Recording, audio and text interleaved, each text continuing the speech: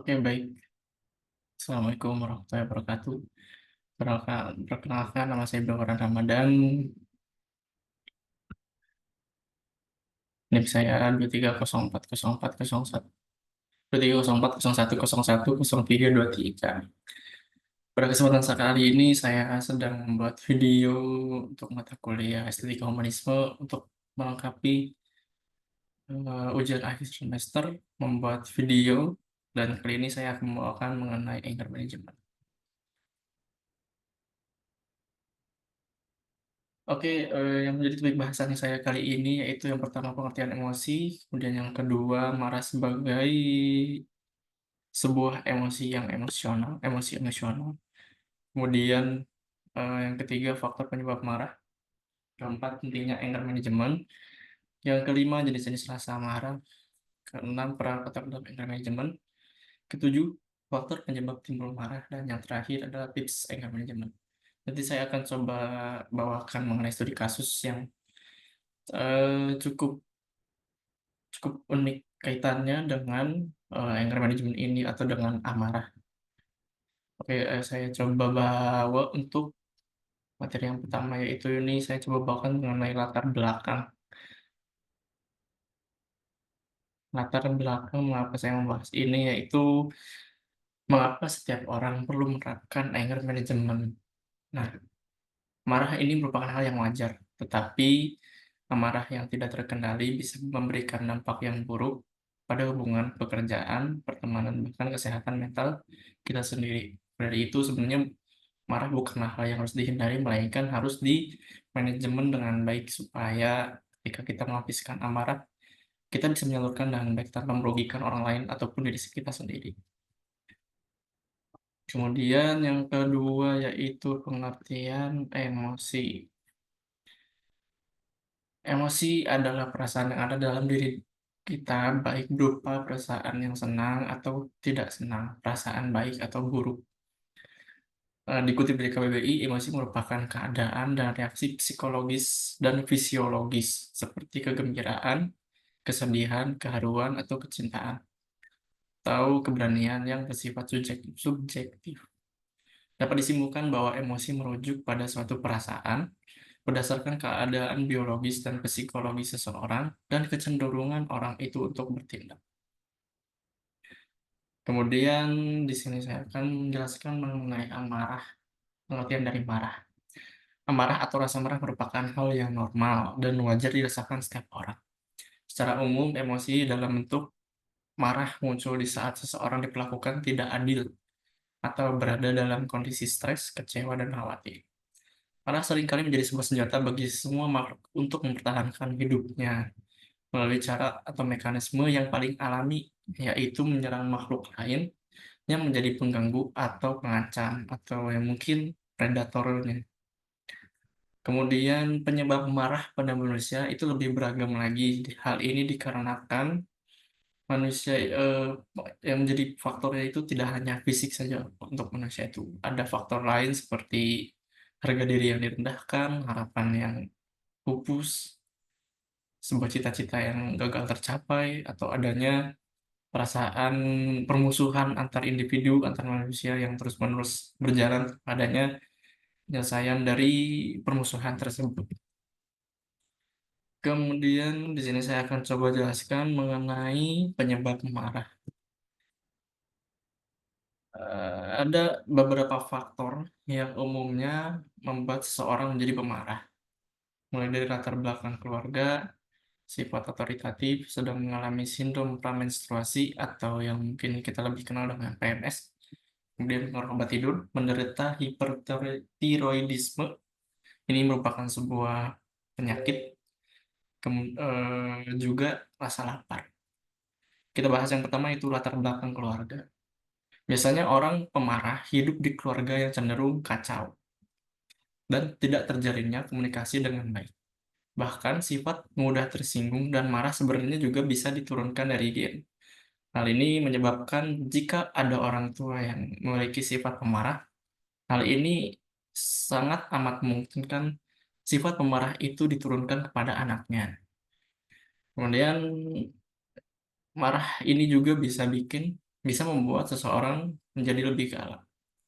Hal ini bisa dijelaskan secara ilmiah, yaitu di saat otak otak ini bekerja, sangat bergantung pada glukosa untuk melakukan tugasnya dengan maksimal. Nah, ketika otak itu kekurangan glukosa, maka otak kehilangan kekuatannya untuk mengontrol gejala emosi tersebut. Kemudian, ya secara tidak langsung, seseorang yang mudah marah pun disinyalir bisa menurunkan kualitas hidupnya sendiri. Contohnya dalam hal ini adalah kesehatan. Adapun yang menjadi dampak seseorang yang suka marah atau mudah mengamuk terhadap kesehatan ia sendiri, yaitu menurunkan fungsi jantung dan paru-paru, meningkatkan resiko stroke, menurunkan daya tahan tubuh, dan memperparah gangguan kecemasan. Ya, yang menjadi kesimpulan, marah-marah ini bisa mudah bisa memperpendek masa hidup. Kemudian bahasan berikutnya adalah apa yang terjadi di saat marah. Yang pertama adalah aktifnya sinyal peringatan alamiah pada tubuh. Meski sering marah bisa berdampak buruk pada kesehatan, tapi terkadang kemarahan itu tidaklah selalu buruk.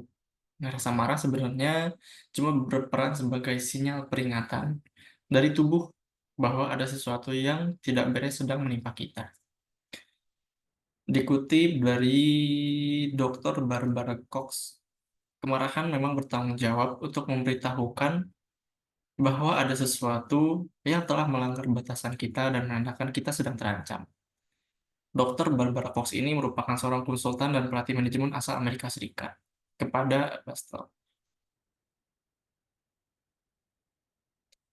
Nah, justru apabila kita tidak memiliki rasa sifat marah sama sekali, hal ini bisa dianggap kurang sehat karena tubuh kita itu tidak bisa mengirimkan sinyal peringatan. Yang kedua yaitu yang terjadi saat kita marah, itu menjadi sosok yang berbeda. Adapun pendapat dari seorang psikolog klinis bernama Dr. Joshua Klapow, asal Amerika Serikat, ada begitu banyak perubahan yang terjadi ketika kita marah, termasuk berubah menjadi orang yang berbeda sama sekali. Dengan cepatnya adrenalin menyebar ke seluruh tubuh, kita menjadi lebih kuat dan gesit dalam bertindak. Kemudian yang ketiga, wajah memerah dan napas memendek. Detak jantung seseorang yang marah itu akan meningkat dan memompa darah secara maksimal ke kepala. Oleh karena itu, saat seseorang marah, pasti wajahnya juga akan ikut memerah. Selain itu, saat seseorang sedang memikirkan respon fight or flight, yaitu memilih untuk bertarung atau lari, untuk menghadapi kondisi yang membuat amarah, napas juga akan ikut pendek. Kemudian yang keempat adalah refleks otot meningkat. Ada efek bertarung dari respon fight or flight saat kita marah, sehingga membuat tubuh kita menjadi lebih siap untuk bergerak gesit. Kemudian yang kelima, fokus tunggal secara berlebihan. Nah, hal ini itu karena kita sedang marah, kemampuan kita untuk memproses informasi itu menjadi menurun, sehingga kita menjadi sulit memahami, mendengar, atau menafsirkan orang lain, dan hanya memiliki satu fokus, yaitu fokus terhadap pemicu amarah kita. Kemudian yang keenam yaitu pencernaan melambat.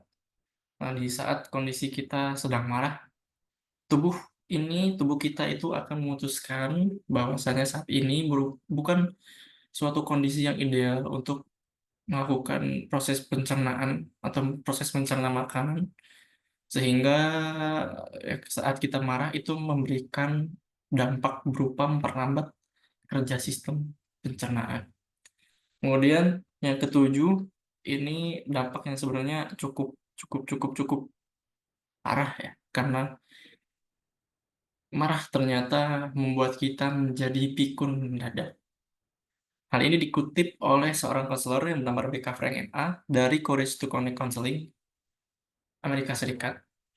Kemarahan yang menyebabkan banyak hormon terlepas dari otak kita, termasuk hormon kortisol. Nah, peningkatan kortisol mampu membunuh neuron di hipokampus yang merupakan wilayah otak untuk menyimpan ingatan. Hal tersebut lantas bisa mengganggu proses penciptaan memori baru dan bikin kita jadi pikun mendadak. Kemudian yang ke-8 adalah sakit dan depresi. Nah, karena kita sedang marah itu bisa melepas banyak hormon, salah satunya hormon kortisol.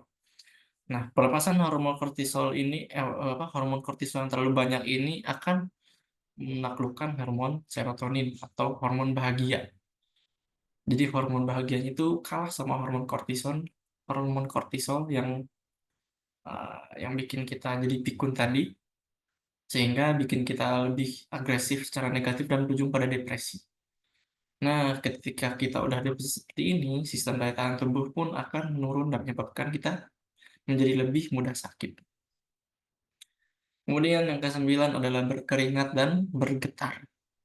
Saat kita marah, suhu tubuh kita itu meningkat. Kemudian, ketika suhu tubuh kita meningkat, otomatis tubuh kita akan mengeluarkan lebih banyak keringat untuk menetralkan suhu tubuh kita supaya lebih dingin. Nah, tubuh yang bergetar bisa jadi karena adanya ketegangan otak. Kemudian yang 10 dan yang terakhir, mudah melihat warna merah. Nah, mungkin ini yang menjadi alasan bahwasanya warna merah ini identik dengan amarah atau kemarahan. Karena beberapa individu dilaporkan melihat warna merah di depannya saat marah berapi-api atau mengamuk karena adanya peningkatan aliran darah pada kapiler mata. Kemudian di sini saya coba menjelaskan mengenai pentingnya anger management. Anger management merupakan belajar untuk mengenali tanda-tanda pada diri sendiri saat marah dan mengambil tindakan yang sehat dalam meluapkan kemarahan. Jadi anger management ini bukan tandanya kita harus em, mencegah atau menahan rasa marah, tapi bagaimana caranya kita untuk mengendalikan rasa marah kita supaya disalurkan lebih baik tanpa merugikan orang lain ataupun merugikan diri sendiri. Nah, kemudian tindakan agresif berupa kekerasan fisik harus dihindari supaya tidak membahayakan orang lain dan diri sendiri. Dan apabila tindakan fisik yang disebabkan karena kita marah itu sudah terjadi, tentunya kita akan merasa kita menyesal. Aduh, kenapa tadi saya melakukan kekerasan tersebut? Seharusnya tadi saya tidak melakukan kekerasan tersebut. Nah, itu akan timbul perasaan seperti itu kepada diri kita. Dan ketika sudah timbul rasa depresi, rasa menyesal itu, kemudian hal itu bisa memicu kepada diri kita sendiri menjadi seseorang yang, "Duh, saya benci sama diri saya, kenapa saya harus melakukan seperti itu?" Dan akhirnya justru hal itu akan memperparah lagi keadaannya karena bisa memberikan dampak yang buruk bagi kesehatan diri kita sendiri. Kemudian jenis-jenis marah, yang pertama yaitu marah ke dalam atau implisit implisit atau dalam bahasa Inggris yaitu anger in, yaitu merupakan rasa marah yang diarahkan ke dalam diri kita sendiri yang bisa mengakibatkan depresi dan kebencian yang ditahan. Kemudian yang kedua, yaitu marah keluar atau eksplisit atau anger out, yaitu rasa marah yang diarahkan pada orang lain atau benda lain yang merupakan pengekspresian dari perasaan benci dan permusuhan yang tertahan. Kemudian peran otak dalam anger management. Manusia ini dikaruniai otak sebagai kelebihan dari makhluk hidup lainnya yang digunakan untuk berpikir dan mengontrol diri kita sendiri. Nah, kenapa kita diberi otak untuk mengontrol dirinya sendiri, itu termasuk kita bisa menggunakan otak kita untuk melakukan, eee, kontrol terhadap rasa marah kita. Sehingga rasa marah kita yang disalurkan itu tidak membahayakan diri sendiri ataupun orang lain. Kemudian, marah itu sebenarnya dihasilkan oleh mekanisme otak. Namun, pengendalian marah juga dilakukan oleh otak. Maka, seseorang harus dapat mengendalikan kemarahannya melalui proses pengendalian di otak. Kemudian, yang berikutnya adalah faktor penyebab timbulnya marah. Yang pertama, yaitu kurang tidur. Nah, pasti dari kita tuh banyak sekali, aktivitas-aktivitas ataupun kita sebagai orang orang ya dengan banyak tuntutan, termasuk tuntutan pekerjaan mungkin membuat kita menjadi kurang tidur, kurang beristirahat, atau waktu istirahat yang berantakan. Dan ternyata kurang tidur ini bisa menyebabkan marah. Mengapa? Nah, kurang tidur ini bisa menyebabkan otak ikut kelelahan, sehingga kinerja dari otak itu akan menurun. Hal itu menyebabkan kita sulit konsentrasi, suka bingung sendiri, mungkin juga sulit berpikir jernih, kemudian ada kesulitan untuk mendapatkan atau mencerna informasi baru. Nah, lebih dari itu karena kita kurang tidur, tubuh kita pun jadi kelelahan dan otak kita yang ikut lelah juga dengan performa otak kita yang loyo, yang lambat. Nah, bikin kita menjadi, turun produktivitasnya, dan ketika produktivitas turun, akhirnya kita jadi stres karena, "Aduh kok saya underperform gini dalam kegiatan sehari-hari, mengapa ini? Kenapa ini?" Nah, ternyata itu karena kurang tidur. Nah, stres akibat tuntutan pekerjaan ditambah berbagai efek kurang tidur, bisa membuat emosi meledak bagaikan bom waktu. Kemudian yang kedua yaitu depresi. Tidak dapat dipungkiri depresi bisa menjadi faktor untuk penyebab timbulnya marah. Karena ya kalau misalnya kita depresi itu bisa mengakibatkan marah tanpa sebab, jadi kayak tiba-tiba marah karena depresi itu. Nah, selain menyebabkan rasa putus asa dan mangsa, depresi juga bisa menyebabkan seorang mudah marah karena, ketika orang itu depresi bisa memberikan respon suatu hal dengan perilaku ataupun ucapan yang tidak semestinya atau perilaku dan ucapan yang kasar. Depresi juga bisa membuat seseorang menjadi melakukan hal-hal yang amat berisiko. Contohnya menjadi orang-orang yang nyetir dengan ugal-ugalan, menggunakan kecepatan tinggi di jalan umum, dan itu sangat membahayakan diri orang tersebut maupun orang lain yang ada di sekitarnya, karena di luar anjuran untuk, menyetir secara ugal-ugalan di jalan raya dengan kecepatan tinggi. Kemudian yang, eee, ketiga yaitu merasa diabaikan. Manusia pada dasarnya adalah makhluk sosial yang berharap dan mencari kepuasan dari berhubungan sosial. Ketika hubungan sosialnya tidak terpenuhi, orang itu sering diabaikan, sering tidak dianggap, atau mungkin, eee, ya dijauhi. Nah, itu juga bisa menimbulkan emosi negatif, salah satunya kemarahan. Kemudian yang keempat adalah memiliki penyakit tertentu. Nah, penyebab suka marah tanpa sebab mungkin berasal atau berakar dari penyakit yang dimiliki oleh orang tersebut sejauh ini. Salah satu contohnya adalah hipertiroidisme yang sering terjadi oleh perempuan, dan yang kedua adalah kolesterol tinggi. Hormon tiroid ini memberikan kendali semua hal yang berkaitan dengan metabolisme tubuh. Jika jumlah hormon tiroid ini berlebihan, hipertiroidisme bisa menyebabkan menjadi gampang gelisah dan sulit berkonsentrasi. Kemudian yang berikutnya adalah tips anger management. Ada 6 tips di sini.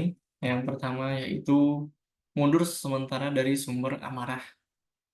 Mundur sementara ini bukan artinya kita menghindari sumber amarah. Ya sebenarnya menghindari, tapi maksudnya kita mundur dari sumber amarah itu untuk menenangkan diri. Jadi di sini tuh kita mencoba untuk tenang, memberikan waktu untuk diri kita merespon hal yang membuat amarah tersebut, atau mungkin kita bisa jalan-jalan dalam waktu tertentu untuk menenangkan pikiran kita yang panas karena sumber amarah tersebut. Kemudian yang kedua yaitu meluapkan rasa marah dengan tepat.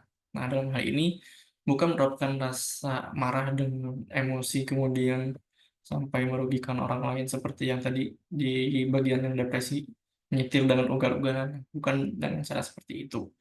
Coba kita luapkan rasa marah kita itu, menyalurkan dengan kegiatan yang mungkin kita senangi atau yang membuat mood itu lebih baik. Contohnya, ya mungkin kita sebagai orang yang suka melihat hal-hal yang lucu, bisa kita buka Instagram atau sosial media lainnya untuk mencari hal-hal yang lucu dan bisa menghibur diri kita. Atau mungkin kita bisa melakukan hobi kita, Sebagai contoh, kita memiliki hobi riding, kemudian kita lakukan saja riding untuk menghibur diri kita supaya kita lupa dengan, rasa marah yang kita alami sebelumnya, sehingga rasa marah itu diluapkan dengan lebih baik. Dan tentunya apabila kita mau riding, dipastikan kondisi amarah kita itu sudah turun, karena ternyata tidak disarankan juga kita untuk riding atau berkendara atau mengemudi dalam, eee, rasa marah atau amarah kita sedang meledak-ledak.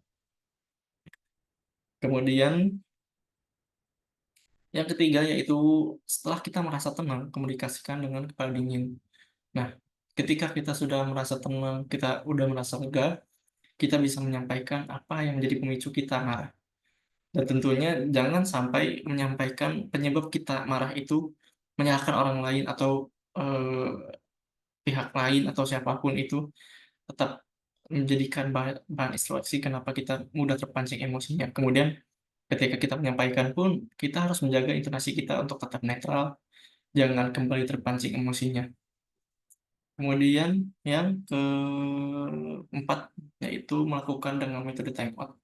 Nah, ketika kita marah dan sumber kemarahannya itu cukup sulit, cukup pelik untuk kita, kita bisa coba dinginkan kepala kita, menenangkan pikiran kita dengan cari tempat yang sejuk, tempat hijau, tadabbur alam gitu.